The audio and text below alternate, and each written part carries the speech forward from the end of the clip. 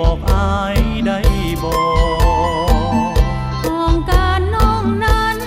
อยู่สาวพันแม่ยิงวปกทุกวันน้องตั้งต่อ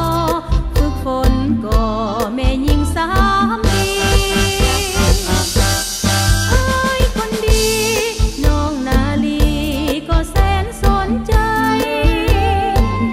อ้ายอยู่กองใดบอกจริงใจให้น้องได้บอกน้องคนงามเอ่ยอายบอกเลยก็ได้นาลีหนุ่มสีบุกคนนี้อยู่ที่กระทรวงบกส.สาวสามีน้องนางมีคู่หรือยังหนุ่มขอเอ่ยจริงจังมีความหวังหากน้องได้บอกอ้ายอย่าลวงอย่าหลอกลวงให้เสียแหงหลอกบ่มีไผ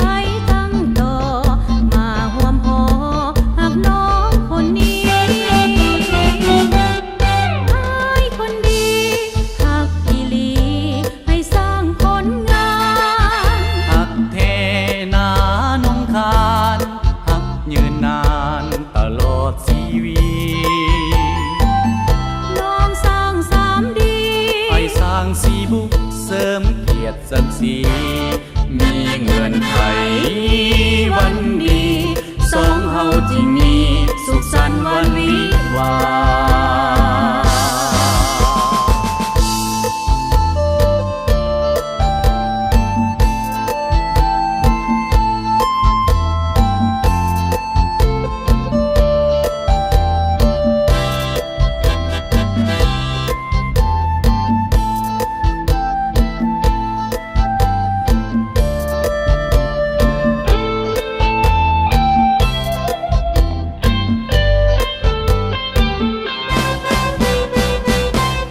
สาวสามี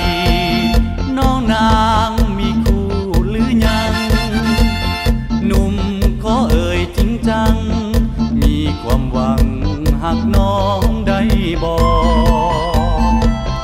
อ้ายอย่าลวงอย่าหลอกลวงให้เสียแหงหลอกบ่มีไผตั้งต่อมาห่วมหอ